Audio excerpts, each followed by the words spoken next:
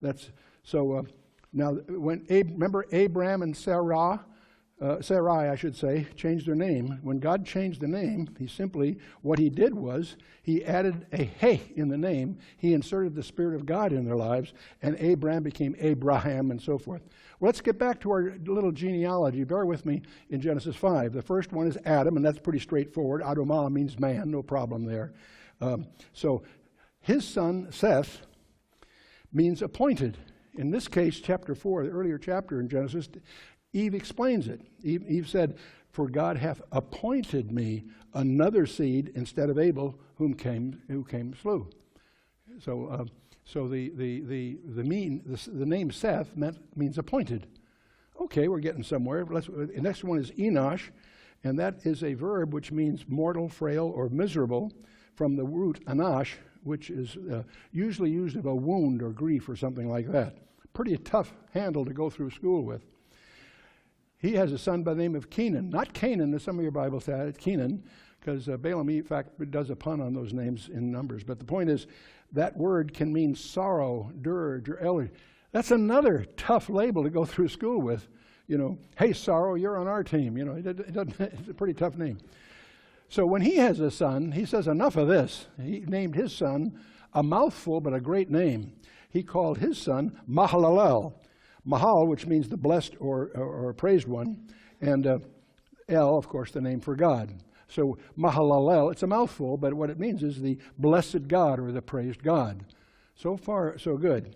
Now his son is named Yared, which is a verb meaning to come down, and there's a whole story behind that I'll spare you for this particular discussion. And he has a son by the name of Enoch, which we've mentioned already, but what does the name Enoch mean? It turns out it's an academic term. It means commencements or teaching, if you will. And Enoch, of course, as I said before, had a son by the name of Methuselah, and of course that was his death shall bring, and that was the year when he dies is the year the flood came. We went through that. He has a son by the name of Lamech, and this is a case where the root is still available to us in our English. The root there, we see it in lament or lamentation, and Lamech means despairing. It's a root that implies despairing. And Lamech has a son by the name of Noah. How many of you have heard of Noah?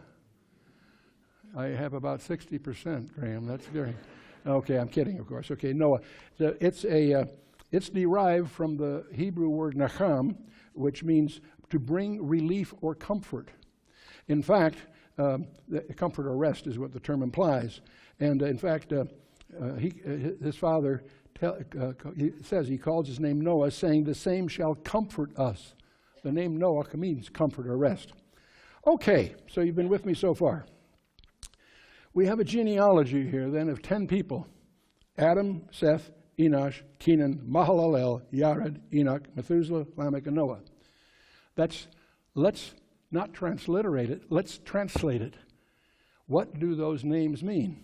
Well, Adam means man, Seth means appointed, Enosh means mortal, Kenan means sorrow, Mahalalel means the blessed God, Yared means shall come down, Enoch teaching, Methuselah his death shall bring, Lamech the despairing, and Noah comfort or rest. Man's appointed mortal sorrow. But the blessed God shall come down teaching that his death shall bring. Whose death? God's death. Man is appointed mortal sorrow, but the blessed God shall come down teaching that his death shall bring the despairing comfort or rest. Wow, every time I do this, I get goosebumps. Now, there's no way, this has several implications.